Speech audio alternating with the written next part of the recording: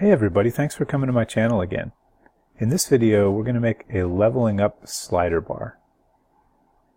So start by creating a canvas and then in the canvas create a slider.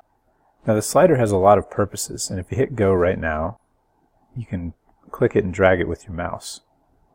And you can see that these colors seem to represent what's here on the background of the slider, but that's not actually true.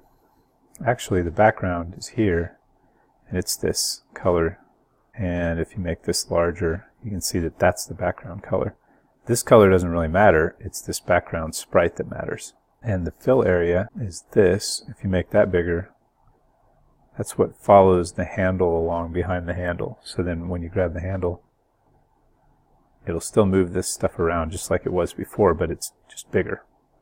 Now, these colors almost don't matter with regard to those, but they matter with regard to this dot in the middle. So when I grab it, like click on it, you can see that it fades to a pressed color. That's what this is. And there's a highlighted color beforehand and a normal color. So when it's not highlighted, it's the normal color. And when it's highlighted, you click on it once, then it's highlighted, it's this color. So let's change that to like red. So when you click off of it, it's white. Let's change that to green. And when you highlight it, then it's red. Click off of it, it's green. Highlight it and then grab it and press it, and it's that gray color. For this slider, I just went out of run mode. We don't want it to even be interactable at all. So uncheck in the slider, uncheck that interactable box.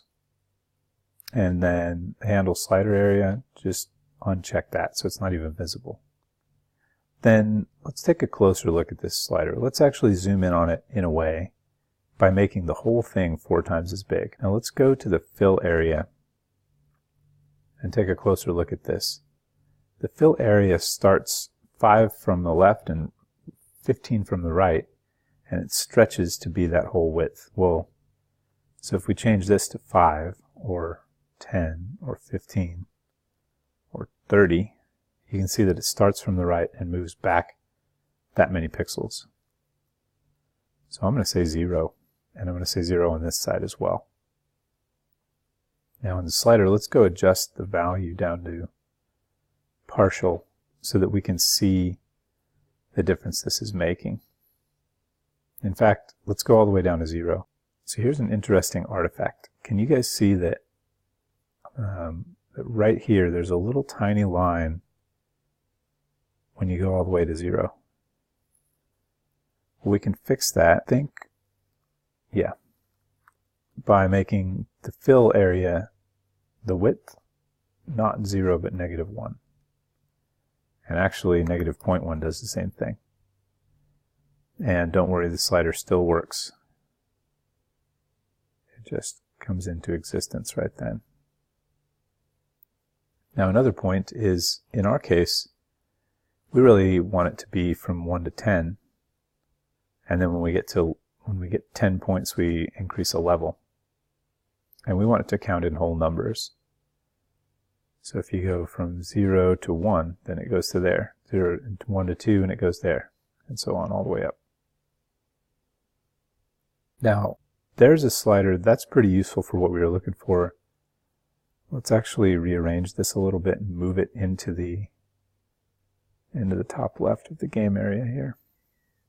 But, oh, actually I can do that here. I can say Shift and Alt and click right there. And it just jumps right up there and locks into place. That's in the rect transform for the slider. You click on that and then hit Shift and Alt and click right there. But that's not all we want to do, because we also want to be able to have our game scripts interact with this. So in the next video, I'll show you how to do that. So I'll see you in the next video.